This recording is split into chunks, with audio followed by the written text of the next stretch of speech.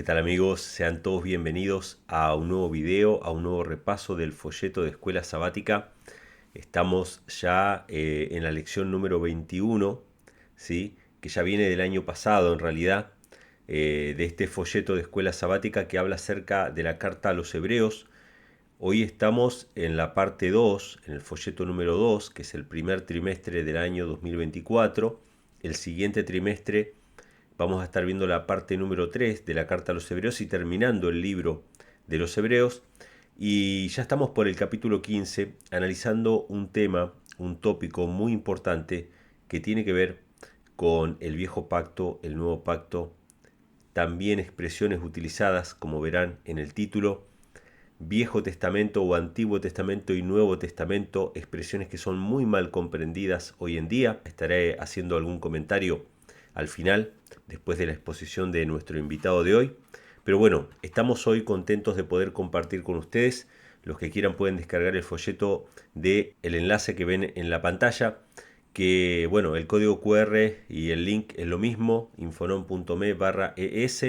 Pueden entrar también a la página elconflictofinal.com, van a la sección de recursos o ponen infonom.me, entran a la página, van a la sección de recursos y ahí van a estar todos los folletos de Escuela Sabática, y este es el último, que nos quedan varias lecciones todavía. En breve va a estar publicado el siguiente trimestre para que ustedes lo puedan descargar y mandar a imprimir. Así que bueno, sean todos bienvenidos a un nuevo programa. La verdad es que es una bendición poder estar con ustedes nuevamente a través de este medio de YouTube. Hoy, como decía, nos acompaña un invitado de la casa, de aquí de Puerto Rico, nuestro hermano Jimmy, que va a estar compartiendo con nosotros el repaso propiamente dicho, quizá punto por punto, siendo más específico de la lección. Yo voy a compartir un pensamiento nada más al final de la exposición de él, pero quisiera aprovechar unos minutos, tomarme unos minutos en este programa para extender una invitación y hablarles acerca de un proyecto que lo vengo comentando ya hace bastante por una gran necesidad que ha surgido. Ustedes saben que las cosas se hacen de acuerdo a una necesidad. Hoy estamos en una época donde muchas veces las cosas se hacen sin necesidad, ¿sí? En las redes sociales suele pasar, ¿no? Los que son creadores de contenido dicen que hay que estar tirando contenido constantemente en las redes, ¿no? En Instagram, en Facebook, hay que tirar contenido constantemente para que generar visualizaciones y algunos generar ganancias, etcétera. Pero yo soy más de la idea de que las cosas se hacen cuando hay necesidad. Nosotros publicamos un video cuando hay una necesidad de hablar de la palabra, de abordar un tema, de ayudar sobre una inquietud, de resolver una cuestión. A mí no me gusta grabar videos porque sí. Entonces compartimos los sermones de los sábados, el repaso de la escuela sabática y algún que otro tema que surge la necesidad, y lo hacemos porque hay una necesidad. En este caso es lo mismo. Nosotros lo que hacemos lo hacemos porque hay una necesidad. Y ha surgido en estos últimos tiempos una gran necesidad de parte de muchos hermanos que son adventistas no trinitarios, lo voy a decir de esa manera, aunque por ahí a muchos no les guste la expresión, pero son adventistas que no creen en la Trinidad y han sentido la necesidad de tener contacto con otros hermanos que crean lo mismo, es decir, que sean adventistas no trinitarios y que quizá no sabemos que existen otras personas, porque obviamente nosotros nos expresamos en las redes sociales, muchos hermanos se animan a expresarse en sus redes, ya sea en Facebook o en YouTube o en alguna red social, pero gran parte de estos hermanos son anónimos, es decir, no tienen un medio de comunicación o un medio de expresión, y les gustaría poder ponerse en contacto con otras personas. Entonces, un mensaje recurrente que yo recibo es: hermano Emanuel, nosotros somos una familia que hemos aceptado la verdad del Padre y el Hijo. Estamos en tal ciudad de Colombia, o Ecuador, o Argentina. Pónganle el país que ustedes quieran. ¿Usted no sabe si hay más hermanos cerca que tengan esta misma fe? Y ahí me ponen a mí en un aprieto, me ponen en un brete, como dicen en Argentina. ¿Por qué? Porque yo puedo conocer o no, la gran mayoría de las veces no conozco a alguien cerca, conozco a alguien del país, pero no cerca, no específicamente cerca geográficamente. Pero es importante también, aunque sea del mismo país, no estar en contacto. Entonces me ponen en un aprieto, ¿por qué? Porque yo conozco la gran mayoría de las personas que conozco, las conozco entre comillas, por las redes. Entonces son muy pocas las personas que yo conozco personalmente. Por ejemplo, que viajé a México, conozco personalmente a un grupo de hermanos allá. Viajé a Colombia, conozco personalmente a un grupo de hermanos allá. Bueno, viajé a algunos lugares. En Argentina obviamente conozco un grupo de hermanos allá personalmente. Pero es muy difícil para mí decir, sí hermano, yo conozco a un grupo de personas, pónganse en contacto. ¿Por qué? Porque en la mente del que recibe esa información hay una recomendación de parte de Emanuel de esas personas. Y ustedes saben que una recomendación, o lo que se conoce como una carta de recomendación, es como que yo diga, sí, mire, allá hay hermanos que son llenos del Espíritu Santo y de buen testimonio. Y no siempre sucede eso, ustedes saben, no hace falta que yo explique esto, pero bueno, lo vamos a explicar igual. Como no conozco a todas las personas, me es muy difícil a mí poner en contacto a las personas, porque la gente lo toma como una recomendación, como que yo conozco personalmente a esa persona, doy buen testimonio de ella y bueno, que se pongan en contacto. Y después, ¿qué sucede? Hay decepciones, hay malos momentos, hay, bueno, conflictos o lo que fuera. Ni que hablar cuando hay gente que me escribe a mí para preguntarme si hay comunidades que se vayan a vivir al campo. Peor todavía, yo no le puedo recomendar a nadie que se vaya a vivir con fulano al campo. Pues son decisiones tremendamente personales que requieren mucha oración, y si usted se va a vivir alguna vez en comunidad con alguien o cerca de alguien, tiene que orar mucho por eso, conocer a la persona, saber que es de buen testimonio, etcétera. O sea, no es algo que se pueda resolver por redes sociales. Entonces, ¿qué pasó? Como muchas personas me escriben pidiéndome lo mismo, hermano, ¿dónde hay otros hermanos cerca que podamos establecer contacto? No para irse a vivir al campo ni para congregarse juntos, pero sí para establecer contacto, a ver si se puede hacer una obra misionera juntos, a ver si un día se pueden visitar. Yo cuando llegué acá a Puerto Rico sabía que habían varios grupos de adventistas no trinitarios y visité algunos. Y con algunos tenemos contacto, ¿sí? Y nos vemos asiduamente, digamos, si podemos hacer alguna obra misionera juntos, enviarnos libros o cosas así, compartir un trabajo misionero. De eso se trata. Hay mucha necesidad de este tipo. Mucha gente me ha escrito preguntándome sobre estas cuestiones. Y, y ha venido a mi corazón el deseo de brindar una herramienta para que los hermanos se puedan contactar. Y la herramienta sería básicamente un grupo de WhatsApp. Un grupo de WhatsApp donde todos los adventistas que quieran contactar con otros adventistas no trinitarios, que quieran saber si hay hermanos adventistas cerca para contactarse, ya sea para conocerse o para tener planes misioneros. Por ejemplo, hay un hermano en Colombia que está imprimiendo el libro El conflicto final. Entonces, hay muchos hermanos en Colombia que no sabían de la existencia de este hermano, que tenía el deseo de imprimir el libro, que creo que ya lo imprimió y ya lo están distribuyendo. Todo este tipo de cosas se agilizarían mucho si hubiera un lugar, un centro, donde los adventistas no trinitarios podríamos decir, yo soy de tal país, yo soy de tal ciudad, yo soy de tal lugar, me pueden contactar por tal teléfono, vamos a imprimir un material, vamos a hacer una obra misionera, etcétera, etcétera. Entonces, básicamente la idea es poder abrir un grupo de WhatsApp donde voluntariamente los que quieran se agreguen, se autoagreguen. Yo no voy a agregar a nadie, la gente se va a agregar. Esto es algo muy interesante. Mucha gente manda correos masivos o WhatsApp masivos a gente que no lo ha pedido, o agregan a gente a grupos de WhatsApp que no lo ha pedido. A mí no me gusta hacer eso. Todas las personas que reciban videos míos lo reciben porque se han agregado a un grupo de WhatsApp para recibir mis videos, pero yo no le envío mis videos a nadie, solamente en los grupos de WhatsApp donde me han agregado o se han agregado. Entonces este grupo va a ser de la misma manera. Va a haber un link.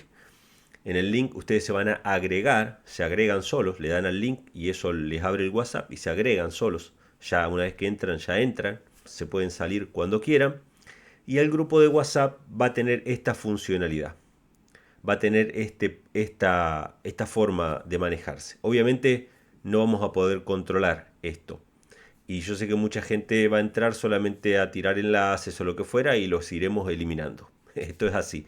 Esto se maneja de esta manera, por eso hay unas ciertas reglas, ¿no?, en el grupo. Pero básicamente el grupo va a tener esta funcionalidad. Yo entro al grupo, Emanuel, entro al grupo y digo, hola hermanos, ¿qué tal? Saludos, mi nombre es tal, yo vivo en tal lugar y me gustaría saber si hay hermanos cerca. Yo, por ejemplo, si dijera, yo soy Emanuel, vivo en Salinas, Puerto Rico, y quiero saber si hay más hermanos con la misma fe cerca de mí para contactar y para hacer planes misioneros o para congregarnos o abrir una congregación. No sé, esas son las necesidades que surgen. Entonces, si hay hermanos, esos hermanos se van a contactar directamente. Ahora bien, el grupo de WhatsApp es simplemente un punto de partida.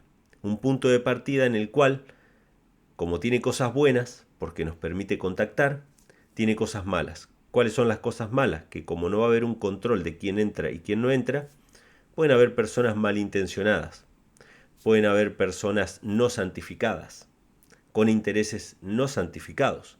Y ahí es donde entra la responsabilidad individual. La responsabilidad individual. ¿Qué es la responsabilidad individual? Que si yo contacto con alguien y digo, miren, yo estoy en tal ciudad o en tal país, quisiera saber qué hermanos hay en tal país o en tal provincia, tal estado, sin ser muy específico, ¿no? Sin dar absolutamente mi ubicación, sin ser muy específico con tal, estoy en tal ciudad o en tal país. Entonces, si hay alguien en el grupo que está cerca o en el mismo país o está cerca, esa persona ustedes se van a poder contactar por privado. Y ahí por privado es donde ustedes entran en la conversación y ustedes van a tener que discernir y van a tener que saber si las personas tienen, digamos, los mismos intereses o no. O si son personas que les van a llevar a ustedes a perder el tiempo porque no tienen intereses serios de trabajar para el Señor, de congregarse o lo que fuera. Entonces, este va a ser un punto de partida. El grupo de WhatsApp va a ser para adventistas no trinitarios en el mundo.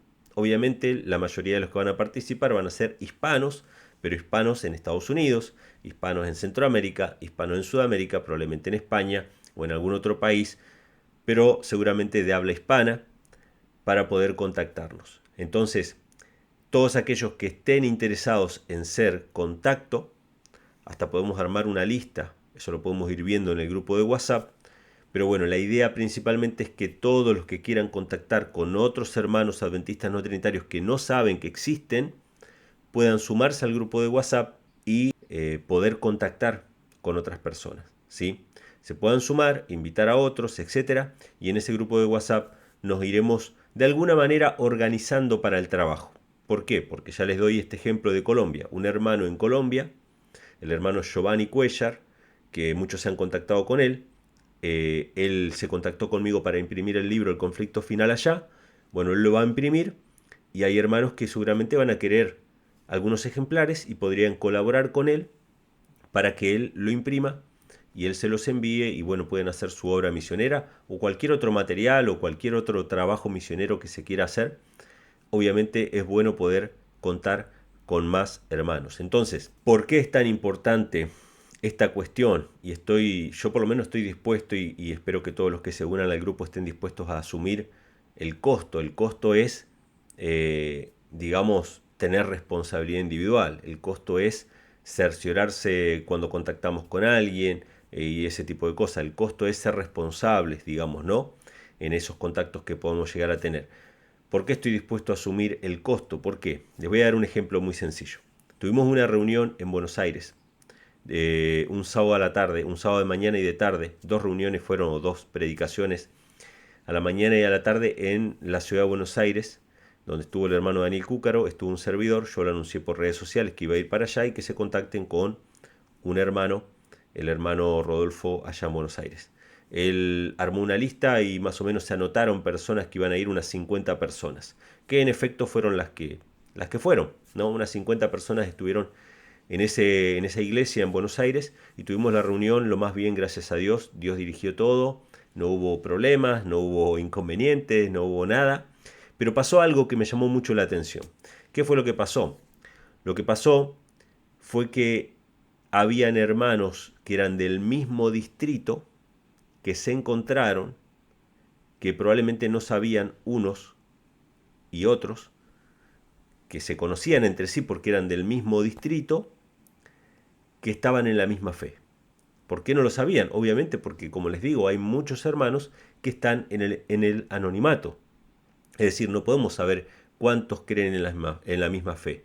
Entonces este grupo lo que haría es la posibilidad de contactar con hermanos que probablemente están muy cerca de nosotros, que tienen la misma fe, que tienen las mismas inquietudes, que tienen el mismo deseo de trabajar para el Señor, pero que quizá no los contactamos. Yo lo único que estaría haciendo es como de mediador, ¿sí? Mucha gente, muchos hermanos, a mí me ha pasado, hermanos, que yo he ido a un local donde que venden libros adventistas, a un lugar, que venden comida vegetariana, adventista acá en Puerto Rico, y hay gente que se acercó a saludarme, diciendo que conocía el trabajo que yo hacía, ¿sí?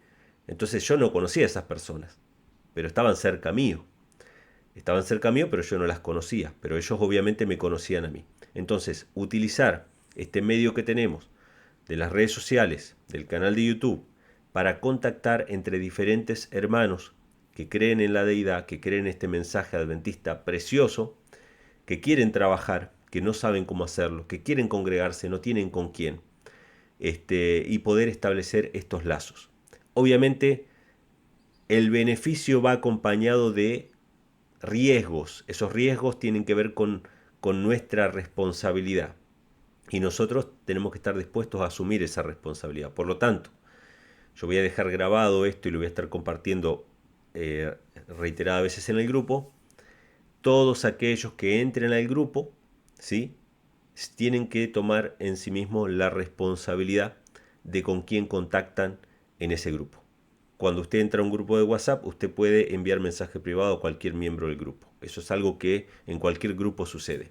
En este grupo, obviamente, ese es el objetivo, de poder establecer esos contactos a través del grupo de WhatsApp. Así que bueno, quedan todos invitados al grupo. Yo voy a estar compartiendo el link en la descripción, en el comentario. También en un comentario fijado voy a dejar el link del grupo de WhatsApp. Voy a ver si lo pongo en pantalla también. Para todos aquellos que quieran participar de este grupo de adventistas no trinitarios en el mundo. Habiendo ocupado estos minutos de la escuela sabática, ahora sí vamos a entrar directamente al repaso. Vamos a estar orando con el hermano Jimmy y al final voy a estar haciendo algunos comentarios también acerca del repaso de escuela sabática. Le mando un fuerte abrazo a todos los hermanos que están en el chat. Gracias por conectarse. Gracias a todos los que hacen posible que tengamos este encuentro cada sábado, a todos ustedes por compartir, por darle me gusta, por participar de diferentes maneras. Así que bueno, vamos a meternos directamente entonces en el estudio del día de hoy. Feliz sábado y Dios los bendiga. Bienvenido a la lección número 21. Estamos estudiando el libro de Carta a los Hebreos, el segundo libro. Y antes de comenzar vamos a tener una oración. Amantísimo Padre eterno, gloria a ti para siempre y alabado seas.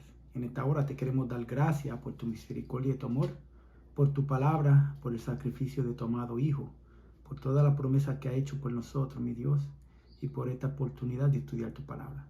Te pedimos, mi gran Dios, que tú nos abras el entendimiento para poder entender y gozarnos en tu palabra, en la lección y en todas las cosas que tú nos has dado.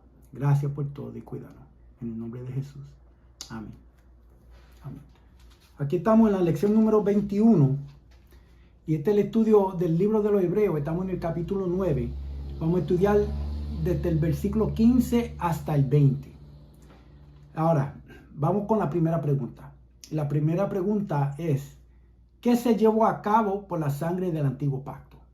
Y nosotros sabemos que el santuario, aunque estaba ligado en cierto aspecto con el pueblo de Israel, con el antiguo pacto, pero no era parte del antiguo pacto, sino era una ceremonia de designación divina.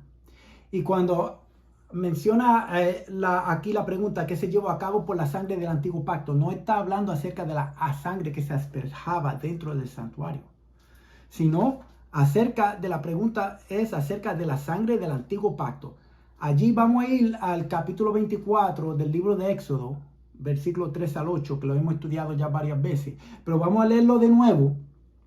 Y eso también es la contestación a otras preguntas que están más adelante en esta misma lección que vamos a estudiar. So, vamos a ir al libro de Éxodo, capítulo 24, versículo 3 a 8, al 8. Éxodo 24, 3 al 8, y dice de la siguiente forma. Y Moisés vino y contó al pueblo todas las palabras de Jehová y todas las leyes, y todo el pueblo respondió a una voz y dijo: haremos todas las palabras que Jehová ha dicho. Y Moisés escribió todas las palabras de Jehová, y levantándose de mañana, edificó un altar al pie del monte, y 12 columnas, según las 12 tribus de Israel. Y envió jóvenes de los hijos de Israel, los cuales ofrecieron holocaustos y becerros como sacrificios de paz a Jehová. Y Moisés tomó la mitad de la sangre y la puso en tazones, y esparció la otra mitad de la sangre sobre el altar. Y tomó el libro del pacto y lo leyó a oídos del pueblo, el cual dijo: haremos todas las cosas que Jehová ha dicho y obedeceremos. Entonces Moisés tomó la sangre y roció sobre el pueblo y dijo: he aquí la sangre del pacto que Jehová ha hecho con vosotros sobre todas estas cosas. Entonces, la pregunta es, ¿qué se llevó a cabo por la sangre del antiguo pacto? Lo que se llevó a cabo fue la ratificación del pacto que el pueblo hizo con Dios. El pacto antiguo, que aquí vemos que está descrito, pues la sangre ratificó ese pacto. Ahora, ¿fue quitado algún pecado por ese pacto? No. Ese pacto no se borraban, no se perdonaban los pecados. Ahora, la pregunta número 3 dice: ¿qué puede conseguir la sangre de Cristo? Ahora, nosotros sí sabemos la contestación, pero para refrescar nuestra memoria, vamos a pasar a unos versículos, un par de versículos nada más. Y vamos a empezar con Primera de Juan, capítulo 1, versículo 7, para saber lo que podemos recibir por la sangre de Cristo. Y dice así: pero si andamos en luz, como Él está en luz, tenemos comunión uno con otros, y la sangre de Jesucristo, su Hijo, nos limpia de todo pecado. Efesios, capítulo 1, versículos 5 al 7, dice de la siguiente manera: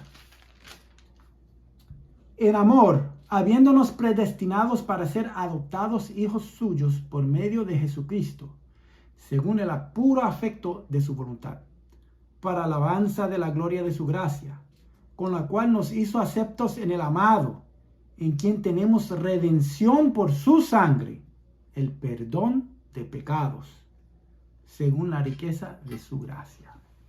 Y otro versículo más, que está en Colosenses 1, 12 al 14, y dice así: con gozo, dando gracias al Padre, que nos hizo aptos para participar de la herencia de los santos, el cual nos ha librado de la potestad de las tinieblas y trasladado al reino de su amado Hijo, en quien tenemos redención por su sangre, el perdón de pecados. Así que la sangre de Cristo nos da el perdón de los pecados. Ahora, el número 4 dice: ¿qué provisión se hace para los transgresores bajo el primer pacto? ¿Qué provisión se hace? En el libro de Hebreos capítulo 9, versículo 15, se lee de la siguiente manera: así que, por eso es mediador de un nuevo pacto, para que interviniendo muerte para la remisión de las transgresiones que había bajo el primer pacto nunca salvó a nadie. Nadie nunca se salvó bajo lo que se llama el primer pacto. Dice, para que interviniendo muerte para la remisión de las transgresiones que había bajo el primer pacto, los llamados reciban la promesa de la herencia eterna. Ahora, ¿qué provisión se hace para los transgresores de la primer pacto? Dice, interviniendo muerte para la remisión de las transgresiones.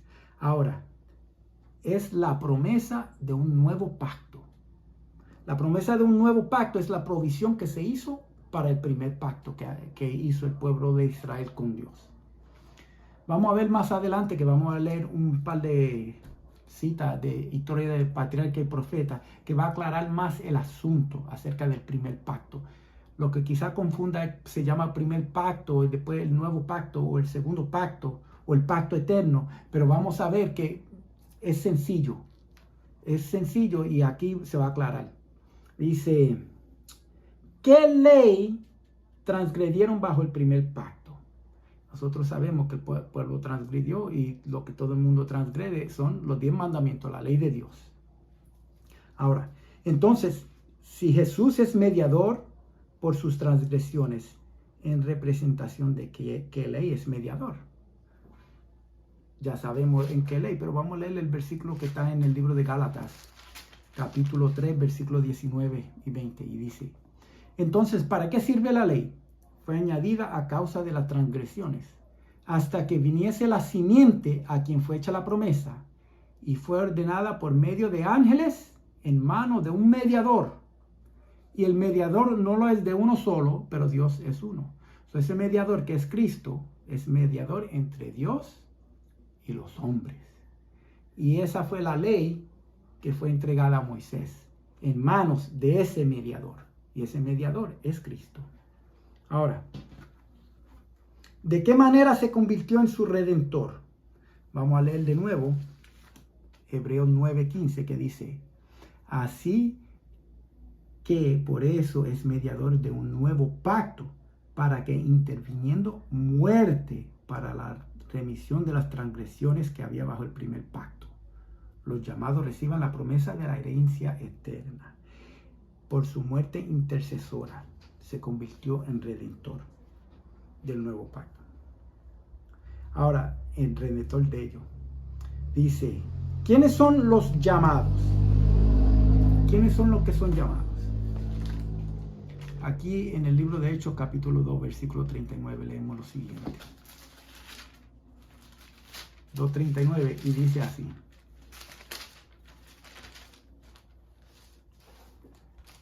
Porque para vosotros es la promesa, y para vuestros hijos, y para todos los que están lejos, para cuantos el Señor nuestro Dios llamare. Todos, de todas las edades y naciones, a quienes llega la palabra de salvación, o a quienes el Espíritu de Dios mueve a aceptar la palabra. Esos son los llamados, todos. Ahora, versículo acaba, pregunta número 9 dice, ¿qué pueden recibir por el sacerdocio de Cristo? Vamos, el 15, la segunda parte del libro de Hebreo, capítulo 9, versículo 15, dice de la siguiente manera. Voy a leer el versículo completo. Así que por eso es mediador de un nuevo pacto, para que interviniendo muerte para la remisión de las transgresiones que había bajo el primer pacto, los llamados reciban la promesa de la herencia eterna.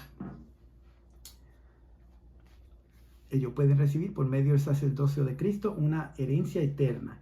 Y también voy a leer Gálatas 4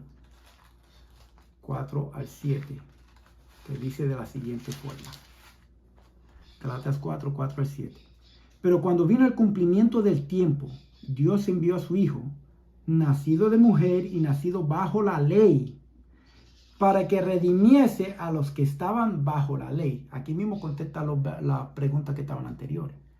A fin de que recibiésemos la adopción de hijos. Y por cuanto sois hijos, Dios envía a vuestros corazones el espíritu de su Hijo, el cual clama, Abba, Padre. Así que ya no eres esclavo, sino hijo. Y si hijo, también heredero de Dios por medio de Cristo. Así que somos herederos. Recibimos una herencia eterna. Ahora, voy a leer aquí, Patriarca y Profeta 3:86, lo siguiente.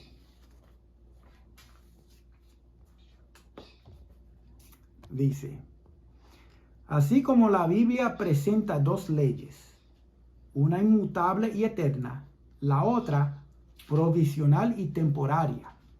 Así también hay dos pactos, El pacto de la gracia se estableció primeramente con el hombre en el Edén, cuando después de la caída se dio la promesa divina de que la simiente de la mujer herirá a la serpiente la cabeza. Este pacto puso al alcance de todos los hombres el perdón y la ayuda de la gracia de Dios para obedecer en lo futuro mediante la fe en Cristo. También les prometió la vida eterna si eran fieles a la ley de Dios. Así recibieron los patriarcas la esperanza de la salvación. Este mismo pacto le fue renovado a Abraham en la promesa: en tu simiente serán benditas todas las gentes de la tierra. Esta promesa dirigía los pensamientos hacia Cristo. Así la entendió Abraham y confió en Cristo para obtener el perdón de sus pecados. Fue esta fe la que se le contó como justicia. El pacto con Abraham también mantuvo la autoridad de la ley de Dios. El Señor se le apareció y le dijo: yo soy el Dios Todopoderoso, anda delante de mí y sé perfecto. La autoridad de la ley está en el pacto que Dios hizo con Adán y Eva y con Abraham, que es el pacto nuevo, que es el pacto eterno. Y entonces Dios le dice: anda delante de mí y sé perfecto. Y entonces cuando Él le dice anda y sé perfecto, vamos a ver a lo que se refiere, porque vemos aquí en Salmos capítulo 19, versículo 7. Porque lo que estábamos acabando de leer ahora mismo era el restablecimiento de la ley, que Dios quiere escribir la ley en nuestro corazón, ¿verdad? Entonces la escribe en nuestro corazón. ¿Y qué es lo que dice el Salmo 19, versículo 7 acerca de la ley? Dice 19:7. La ley de Jehová es perfecta, que convierte el alma. Cuando Dios quiere que seamos perfectos delante de Él, Él quiere que su ley esté escrita en nuestros corazones. Cristo dijo: el hacer tu voluntad, Dios mío, me ha agradado, y tu ley está en medio de mi corazón. Y entonces, por medio de la sangre del nuevo pacto, o del pacto eterno, el pacto que se había ratificado con Adán y Eva y con Abraham, ese mismo pacto es el que pone al hombre en armonía de nuevo con la ley de Dios. Y esa ley queda escrita en el corazón. Como la ley es perfecta, Dios dice: anda y sé perfecto delante de mí. Y Dios escribe su ley en nuestro corazón. Por eso es que tenemos que ser perfectos como vuestro Padre que está en los cielos es perfecto. Y esa es la perfección que Dios quiere, una obediencia a sus divinos preceptos. Ahora, voy a continuar en la lectura. Dice: yo soy el Dios Todopoderoso, anda delante de mí y sé perfecto. El testimonio de Dios respecto a su siervo fue: oyó Abraham mi voz e igualó mis preceptos, mis mandamientos, mis estatutos y mis leyes. Y el Señor le declaró: estableceré mi pacto entre mí y ti, y tu simiente después de ti en sus generaciones, por alianza perpetua, para hacerte a ti por Dios y a tu simiente después de ti. Ahora, aquí dice, y esto es la contestación a la siguiente pregunta, que dice, ¿qué es necesario? Dice, ¿qué es necesario cuando hay un testamento? Ahora voy a leerlo aquí. Dice: aunque este pacto fue hecho con Adán y más tarde se le renovó a Abraham, no pudo ratificarse sino hasta la muerte de Cristo. Existió en virtud de la promesa de Dios desde que se indicó por primera vez la posibilidad de redención. Fue aceptado por fe. No obstante, cuando Cristo lo ratificó, fue llamado el pacto nuevo. La ley de Dios fue la base de este pacto. Era sencillamente un arreglo para restituir al hombre a la armonía con la voluntad divina, colocándolo en situación de poder obedecer la ley de Dios. Eso se llama nuevo pacto, ¿verdad? Cuando Cristo derramó su sangre, y ese pacto no se ratificó hasta que hubo muerte del testador, ¿verdad? Entonces la pregunta número 10 dice: ¿qué es necesario cuando hay un testamento? Y el versículo 16 del libro de Hebreos 9:16 dice de la siguiente manera: porque donde hay testamento es necesario que intervenga muerte el testador. No se pudo ratificar el nuevo pacto hasta la muerte de Cristo. Entonces, ¿por qué es esto así? El versículo 17 nos dice: porque el testamento con la muerte se confirma, pues no es válido entre tanto que el testador vive. Y entonces la 12 dice, ¿cómo fue ratificado el antiguo pacto? Lo habíamos leído, Éxodo 24, 3 a 8, vimos cómo fue ratificado, pero el 18, del 9-18 de Hebreo nos dice, de donde ni aun el primer pacto fue instituido sin sangre. El pacto fue ratificado con sangre. Esa es la contestación a la pregunta número 1, que era, ¿qué se llevó a cabo por la sangre del antiguo pacto? La ratificación del pacto, ¿ves? ¿Y cómo fue ratificado el antiguo pacto? Por la sangre, con sangre. Ahora, ¿qué habló Moisés al pueblo? Versículo 19 dice, porque habiendo anunciado Moisés todos los mandamientos de la ley de Dios a todo el pueblo, tomó la sangre de los becerros y de los machos cabríos con agua, lana escarlata e hisopo y roció el mismo libro y también a todo el pueblo. ¿Y dónde está registrada esta transacción? Esa fue la que leímos al principio, en Éxodo 24, capítulo 3, de versículo al 8. Pero adicional a eso, voy a leer Patriarca y Profeta, página 387, 388 y 389, para que dé más luz acerca de ese pacto. Ahora dice aquí, otro pacto, habíamos leído acerca del pacto nuevo, que es el pacto eterno, que dice así de la siguiente forma. El pacto antiguo dice, otro pacto llamado en la escritura el pacto antiguo se estableció entre Dios e Israel en el Sinaí, y en aquel entonces fue ratificado mediante la sangre de un sacrificio. El pacto hecho con Abraham fue ratificado mediante la sangre de Cristo, y es llamado el segundo pacto o nuevo pacto, porque la sangre con la cual fue sellada se derramó después de la sangre del primer pacto. Por eso es que se llama el segundo pacto, el nuevo pacto. También se llama el pacto eterno, porque aquí en el libro de Hebreo, capítulo 13, versículo 20, dice, y el Dios de paz que resucitó de los muertos a nuestro Señor Jesucristo, el gran pastor de las ovejas, por la sangre del pacto eterno. Ese es el Cordero de Dios que fue inmolado desde la fundación del mundo, el pacto eterno. Entonces dice así, voy a continuar en la cita, dice, pues leer lo que había leído anterior, dice, el pacto hecho con Abraham fue ratificado mediante la sangre de Cristo y es llamado el segundo pacto o nuevo pacto, porque la sangre con la cual fue sellada se derramó después de la sangre del primer pacto. Es evidente que el nuevo pacto estaba en vigor en los días de Abraham, puesto que entonces fue confirmado tanto por la promesa como por el juramento de Dios. Dos cosas inmutables, en las cuales es imposible que Dios mienta.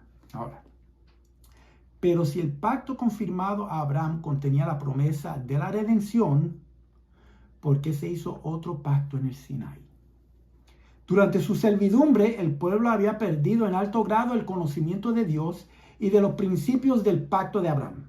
Al libertarlos de Egipto, Dios trató de revelarles su poder y su misericordia para inducirles a amarle y a confiar en él. Los llevó al Mar Rojo, donde, perseguidos por los egipcios, parecía imposible que escaparan para que pudiera ver su total desamparo y necesidad de ayuda divina. Y entonces los libró. Así se llenaron de amor y gratitud hacia él y confiaron en su poder para ayudarles. Los ligó a sí mismo como su libertador de la esclavitud temporal. Pero había una verdad aún mayor que debía grabarse en sus mentes. Como habían vivido en un ambiente de idolatría y corrupción, no tenían un concepto verdadero de la santidad de Dios, de la extrema pecaminosidad de su propio corazón, de su total incapacidad para obedecer la ley de Dios y de la necesidad de un Salvador. Todo esto se le debía enseñar. Entonces, yo estoy seguro que ya lo habían escuchado antes, que los israelitas se anticiparon y con premura hicieron pacto con Dios y así hicieron el pacto antiguo o el primer pacto. Pero a continuación voy a seguir leyendo aquí dice así: los términos del pacto antiguo eran: obedece y vivirás. El hombre que los hiciera vivirá en ellos. Pero maldito el que no confirmare las palabras de esta ley para cumplirlas. El nuevo pacto se estableció sobre mejores promesas: la promesa del perdón de los pecados y de la gracia de Dios para renovar el corazón y ponerlo en armonía con los principios de la ley de Dios. Entonces, esto, cuando hemos leído esto, contesta toda esta pregunta que habíamos hecho anteriormente. Era mediador de los 10 mandamientos, Cristo. Entonces, es por la sangre de Cristo fue que fue ratificado el segundo pacto, que es el nuevo pacto y es el pacto eterno. Esos 3 nombres para describir el pacto de Cristo. Y entonces no se pudo llevar a cabo hasta que la sangre de Cristo fue derramada. Ahora, la pregunta número 15 dice: ¿qué mandó hacer Moisés a los jóvenes? El versículo 5 en el libro de Éxodo, capítulo 24, vamos a leerlo. Lo habíamos leído al principio, vamos a leerlo de nuevo. Dice así: Éxodo 24, versículo 5 dice: y envió jóvenes de los hijos de Israel, los cuales ofrecieron holocaustos y becerros como sacrificio de paz a Jehová. Ahora, la 16 dice: ¿en qué consistía sus holocaustos? El 19 dice, Hebreos 9:19, dice de la siguiente manera: porque habiendo anunciado Moisés todos los mandamientos de la ley de Dios, de la ley a todo el pueblo, tomó la sangre de los becerros y de los machos cabríos, con agua, lana, escarlata y hisopo, y roció el mismo libro y también a todo el pueblo. Ahora, ¿en qué consistía su holocausto? En la sangre. ¿Qué tiene el hombre para ofrecerle a Dios? El hombre no tiene nada para ofrecerle a Dios. Entonces, se hicieron ese holocausto, y si tú ves, hay sangre. Esa sangre fue rociada sobre el pueblo. Moisés no estaba bajo el primer pacto. Moisés creía en el pacto eterno. Todos los de la fe creen en el pacto eterno. No en el antiguo pacto. No en salvación por obras. Entonces, esa sangre que fue esparcida, la sangre representa la remisión de los pecados. ¿Y cuál es la sangre que nos quita los pecados a nosotros? Es la sangre de Cristo. Ahora, lo que pasa es que el pueblo en ese momento no comprendía lo que estaba haciendo, pero se le había de llevar poco a poco para que pudieran ver. Ahora, ¿qué hizo Moisés con la sangre? En Hebreos 9:19 dice: porque habiendo anunciado Moisés todos los mandamientos de la ley a todo el pueblo, tomó la sangre de los becerros y de los machos cabríos con agua, lana, escarlata y hisopo, y roció el mismo libro y también a todo el pueblo. Y nosotros lo podemos ver también en el libro de Éxodo, que él lo roció con la sangre. ¿Con qué roció la sangre? Aquí vemos que dice: con agua, lana, escarlata y hisopo. Ahora, voy a leer Patriarca y Profeta, página 281 y 282, que dice: el hisopo usado para rociar la sangre era un símbolo. Esto está hablando, estoy leyendo aquí cuando salieron de Egipto. Pero vamos a ver qué representaba el hisopo. Dice: el hisopo usado para rociar la sangre era un símbolo de la purificación. Era empleado para la limpieza del leproso y de quienes estaban inmundos por su contacto con los muertos. Se ve su significado también en la oración del salmista: purifícame con hisopo y seré limpio, lávame y seré emblanquecido más que la nieve. Y en página 321 dice: después de rociar el altar con la sangre de las ofrendas, acerca de lo que habíamos acabado de leer en Éxodo 24, Moisés tomó el libro de la alianza y leyó a oídos del pueblo.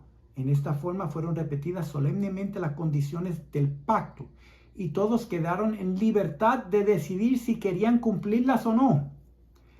Antes habían prometido obedecer la voz de Dios, pero desde entonces habían oído pronunciar su ley y se les había detallado sus principios, para que ellos supieran cuánto abarcaba este pacto.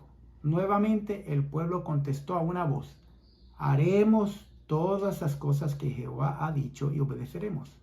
Porque habiendo leído Moisés todos los mandamientos de la ley a todo el pueblo, tomando la sangre de los becerros y de los machos cabríos, roció al mismo libro y también a todo el pueblo, diciendo: esta es la sangre del testamento que Dios ha mandado. Ahora, antes de concluir, quiero leer algo en la Biblia. Tenemos el libro de Romanos, capítulo 9. Y nosotros vamos a ver qué era lo que sucedía con el pueblo de Israel. Que sucede hoy en día muchas veces. Lo que pasa es que a veces no nos percatamos. Pero Romanos, capítulo 9, versículo 30 al 32, dice: ¿qué pues diremos? Que los gentiles que no iban tras la justicia han alcanzado la justicia, es decir, la justicia que es por fe. La promesa que Dios le hizo a Adán, le hizo a Abraham, y cuando Cristo murió se ratificó, y esa es la promesa que tenemos nosotros. Esa se cree por fe, siempre ha sido por fe. Dice: mas Israel, que iba tras una ley de justicia, no la alcanzó. ¿Por qué? Porque iban tras ella no por fe, sino como por obras de la ley, pues tropezaron en la piedra de tropiezo. Y el 10:3 dice: porque ignorando la justicia de Dios y procurando establecer la suya propia, no se han sujetado a la justicia de Dios. Y ahí vemos que el antiguo pacto lo que era la salvación por obras, en la cual nadie se iba a salvar. Porque la ley santa, justa y buena es el carácter, la ley es el carácter de Dios. Necesita alguien que tenga el carácter de Dios para poder aguantarla, para poder seguirla.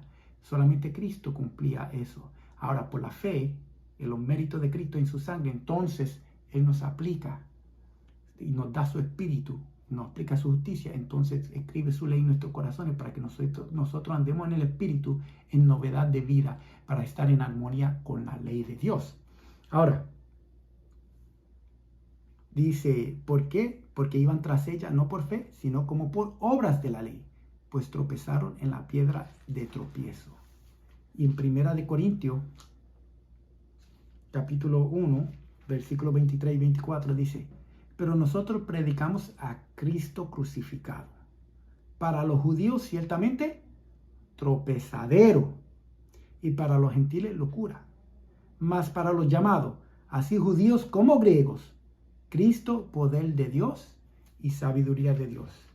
Así que nosotros vemos la diferencia aquí entre el pacto antiguo y el nuevo pacto, o el pacto eterno. Yo prefiero llamarlo el pacto eterno. Entonces está el antiguo pacto y el pacto eterno. Y entonces el resumen de los dos pactos está en el libro de Habacuc, capítulo 2, versículo 4. Y lo voy a leer un momentito aquí. El libro de Habacuc, capítulo 2, versículo 4, y dice así de la siguiente manera: he aquí, este es el primer pacto, he aquí que aquel cuya alma no es recta se enorgullece. ¿Cuál era el problema con el pueblo de Israel?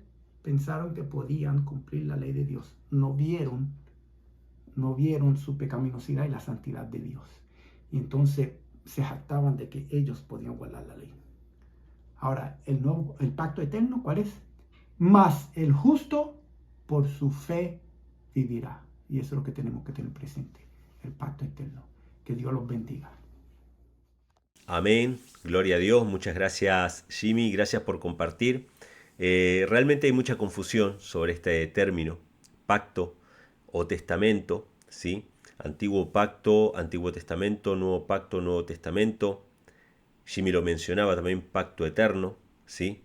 Este, hay mucha confusión sobre eso. Hay mucha gente que piensa que son dos formas de salvarse, que son dos maneras en que se podía ir al cielo. Los antiguos israelitas podían ir al cielo guardando la ley, pero ahora nosotros podemos ir al cielo sin guardar la ley, cosas por el estilo, lo cual convierte a Dios en alguien que hace acepción de personas, es decir, que a unos les exige alguna cosa y a otros les exige otra. Sin embargo, Dios es justo, según nos dice la Biblia, y el camino a la vida eterna ha sido siempre el mismo, que era Cristo. Es decir, el único camino a Dios, el único camino al Padre, siempre ha sido Cristo. Desde que nuestros primeros padres cayeron en el Edén, siempre ha sido Cristo. Y hay un pasaje en la Biblia que yo quisiera compartir con ustedes, que me parece muy aclaratorio a esto que ha compartido también el hermano Jimmy, a quien le agradezco y le mando un fuerte abrazo y gracias por estar siempre dispuesto, ¿no?, a compartir y participar. Pero hay un texto que no aparece en la lección, pero me gustaría acoplarlo por esta cuestión de que la carta a los hebreos, si ustedes se habrán percatado, en algunas versiones dice que Cristo es mediador del nuevo pacto y en otras versiones dice Cristo es mediador del Nuevo Testamento. Y para muchos cristianos, Antiguo y Nuevo Testamento es la primera parte y la segunda parte de la Biblia, nada más que eso. Pero en realidad esa palabra, Antiguo y Nuevo Pacto, o Antiguo y Nuevo Testamento, tiene que ver con los pactos. El pacto hecho por el hombre, que es el Antiguo Pacto, el pacto hecho por Dios, que es el Nuevo Pacto. Obviamente el pacto hecho por el hombre fue ratificado con sangre de animales en el Sinaí, y el nuevo pacto fue ratificado con la sangre de Cristo en el monte Calvario. Por eso son viejo y nuevo. Y el viejo pacto obviamente está hecho basado en la promesa humana de obedecer, que tiene que ver con la autosuficiencia, y el nuevo pacto está basado en la promesa de Dios de hacernos obedecer, que tiene que ver con la dependencia de Dios, ¿sí? Básicamente eso es lo que estamos viendo hace ya un mes, un poco más de un mes, en cada lección de escuela sabática. Pero hoy quiero agregar un pasaje más que para mí es muy revelador porque habla acerca de este viejo pacto y nuevo pacto y cómo nosotros podemos seguir hasta el día de hoy leyendo el antiguo pacto, leyendo el Antiguo Testamento, sin entenderlo. Leemos los sacrificios y la ceremonia y no entendemos que se refieren a Cristo. Leemos el santuario terrenal y no entendemos que se refiere al santuario celestial, ¿sí? Leemos el sábado, el reposo del cuarto mandamiento, y no entendemos que tiene que ver con el reposo de la salvación. O sea, nosotros podemos estar leyendo hoy día el viejo pacto centrándonos solamente en las sombras, ¿sí? Ahora, la misma Biblia y el Espíritu de Profecía también lo dice. Estuve escuchando algunas declaraciones del Espíritu de Profecía esta semana que lo mencionaba. El Espíritu de Profecía también lo dice de que el antiguo pacto o las ceremonias, los ritos y ceremonias, el sistema de sacrificio, era glorioso. ¿Cómo que era glorioso? Porque en realidad era una representación de Cristo. El sistema de sacrificio y ceremonias era una representación de Cristo. Era glorioso aunque era una sombra, ¿sí? Aunque era una representación. Es como si nosotros dijéramos, ¿no? Vemos a alguien y lo conocemos por un retrato y decimos, miren qué bien se ve esa persona en el retrato, y después vamos y la vemos en persona y decimos, bueno, esa persona se ve mejor aún en persona que en el retrato. El retrato es glorioso, pero no es la realidad. Pero no por eso deja de ser glorioso, no por eso deja de ser importante, no por eso deja de ser una revelación. Ahora, cuando tenemos al ser humano en persona, si yo me quedo mirando el retrato, bueno, ahí está el problema, porque yo ya me quedo mirando el retrato. Vamos a ponerlo de esta manera. Yo tengo familiares lejos ahora, y entonces yo me comunico con ellos por redes sociales. Por WhatsApp me comunico con ellos. Y yo viajo ahora a la Argentina y voy a estar con ellos. Yo no le voy a estar mandando un mensaje por WhatsApp, porque, porque esos mensajes eran una representación de sus palabras, una representación de su presencia, pero no era la persona en sí. Ahora, ¿qué pasaría si yo viajo a la Argentina y yo les escribo a ellos por WhatsApp? Me quedé en la sombra, me quedé en la representación. Entonces este pasaje, hermanos, me pareció muy bueno porque pone todas estas cuestiones sobre la mesa, ¿sí? Que estuvimos charlando en estas últimas lecciones de escuela sabática y creo que es un buen complemento a lo que mencionó el hermano Jimmy. Dice así, 2 Corintios capítulo 3, versículo 3 en adelante, el apóstol Pablo menciona lo siguiente: siendo manifiesto que sois cartas de Cristo ministradas por nosotros, escritas no con tinta sino con el Espíritu del Dios vivo, y escuchen lo que va a decir ahora, no en tablas de piedra, sino en tablas de carne del corazón. Fíjense, viejo pacto, tablas de piedra, afuera mío, afuera, están allá, yo las miro pero están fuera, pero el nuevo pacto es tablas del corazón, escrita por el Espíritu de Dios en nuestro corazón. ¿Sí? Ahí está haciendo un contraste entre los dos pactos, el viejo pacto y el nuevo pacto. No en tablas de piedra, sino en tablas de carne del corazón. Y tal confianza tenemos mediante Cristo para con Dios. Fíjense en qué está basada la confianza del apóstol Pablo. No está basada en su propia fuerza, como hicieron los israelitas que dijeron, vamos a cumplir todo lo que Dios ha mandado, sino que está basado en el poder de Dios. Fíjense cómo dice, no que seamos suficientes con nosotros mismos para pensar algo como de nosotros mismos, sino que nuestra suficiencia viene de Dios. Nuestra suficiencia viene de Dios. Eso es el nuevo pacto. Viejo pacto es autosuficiencia. Nuevo pacto, la suficiencia viene de Dios, el cual también nos ha hecho ministros suficientes del Nuevo Testamento. Fíjense que acá menciona, ¿no? Ministros suficientes del Nuevo Testamento, del Nuevo Pacto. Estas palabras son intercambiables, se han traducido de diferente manera en diferentes lugares, pero es exactamente lo mismo. Nuevo Pacto. No de la letra, sino del Espíritu, porque la letra mata, mas el Espíritu vivifica. ¿Qué significa esto de la letra y del Espíritu? La letra es, si está escrito acá, yo lo leo, pero no lo incorporo, no lo acepto, no dejo que el Espíritu de Dios lo grabe en mi corazón. Si el Espíritu de Dios lo graba en mi corazón, yo voy a vivir la obediencia a la ley de Dios. Pero si yo lo leo como un objeto de estudio simplemente, como una materia de la escuela, lo tengo que memorizar para acordármelo simplemente, eso es la letra. La ley está acá afuera, está escrita acá en la Biblia, pero no está dentro mío, no está dentro de mi corazón, no fue grabado con el dedo de Dios en mi corazón. ¿Sí? Eso significa la letra mata, mas el Espíritu vivifica. Y fíjense cómo va a decir ahora, y si el ministerio de muerte,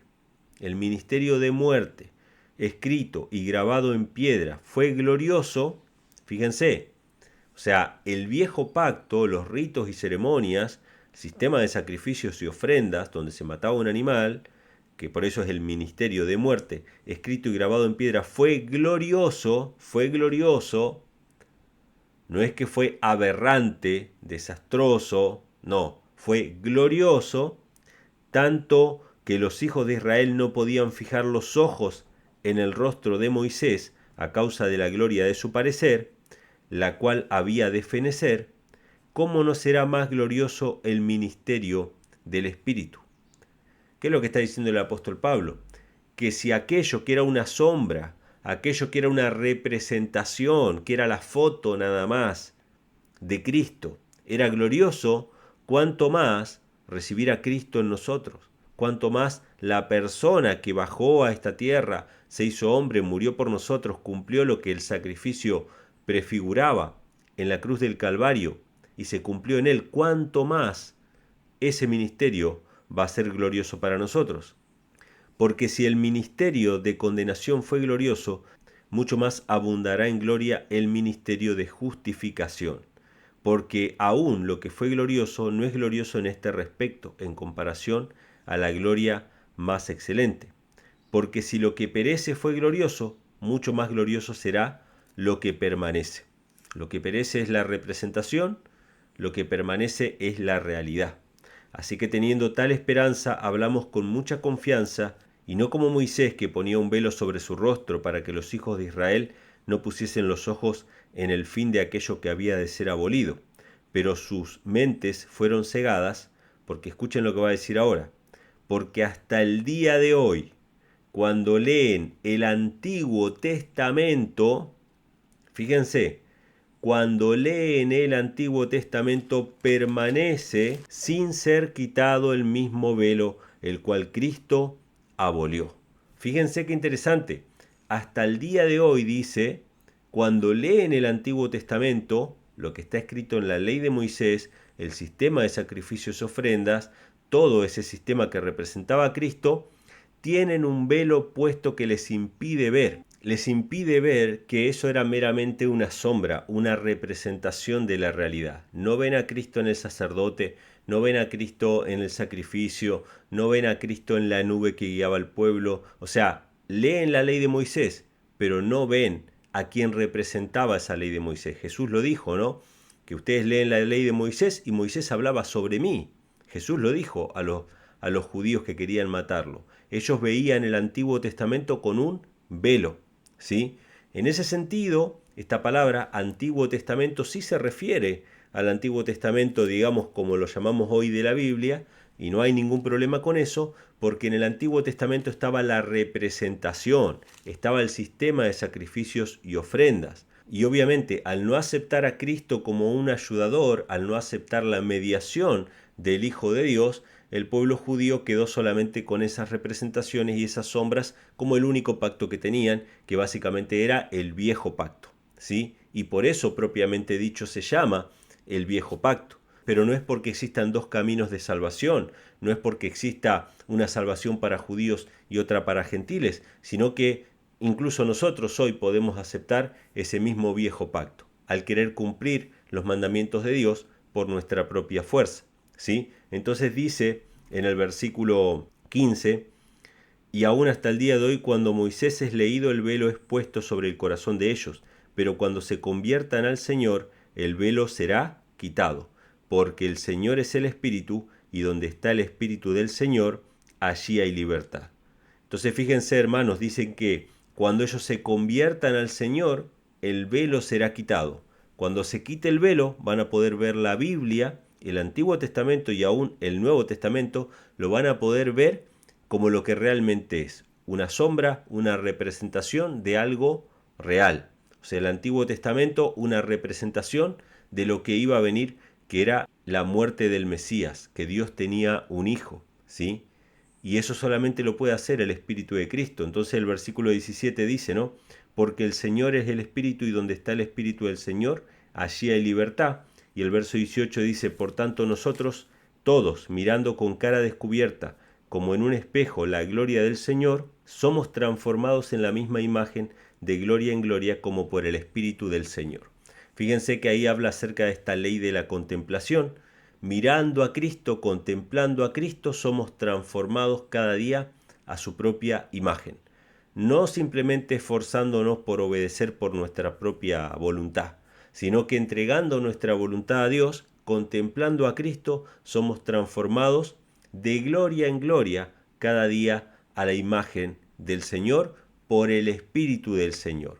Eso es lo que hace el Espíritu Santo en nuestra vida. Esa es la obra del Espíritu Santo de transformar el corazón del ser humano a la imagen de Dios. Así que bueno, este era el pequeño comentario que quería hacer, que quería agregar.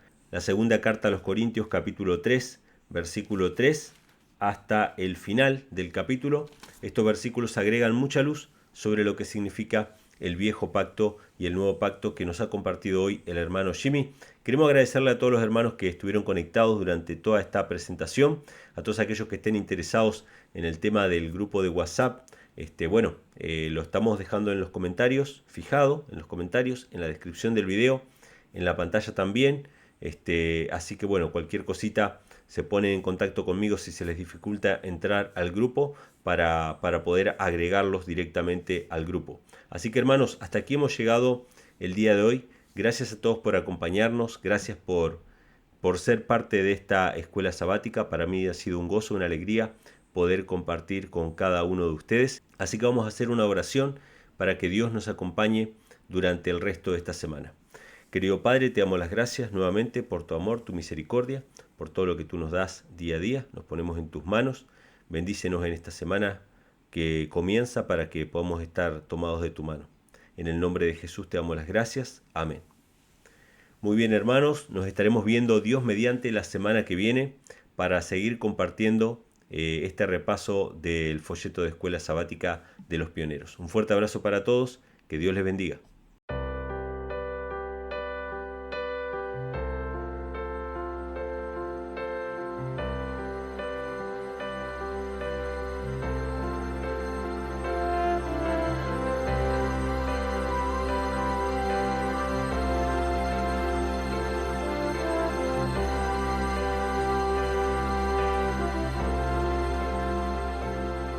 Cuando escucho el canto de las aves, cuando veo las hermosas olas de la mar, cuando siento el aire que respiro, yo me gozo en tu sábado, Jesús, porque la señal entre tú y yo. Me recuerda que eres mi creador, monumento de tu amor, tu poder y tu grandeza.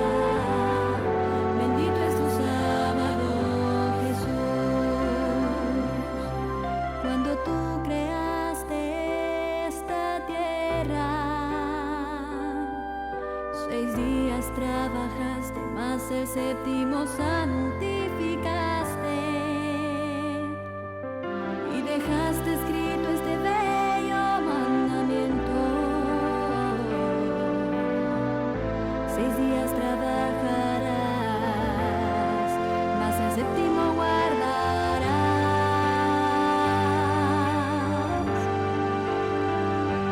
Cuando estuviste en esta tierra lo guardaste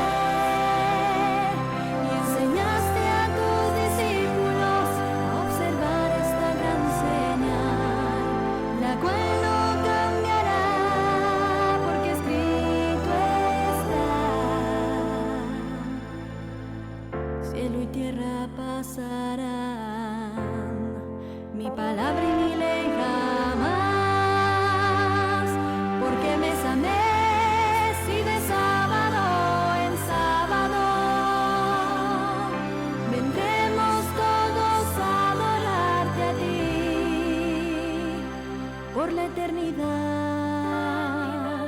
nunca pasará. Bendito es tu sábado,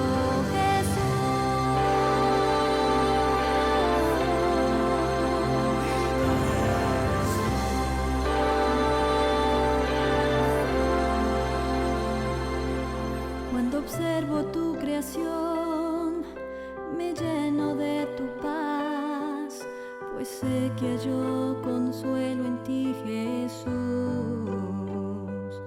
Con cada árbol, cada flor, con el canto de las aves, te siento muy cerca, Señor, porque es la señal entre tú y yo,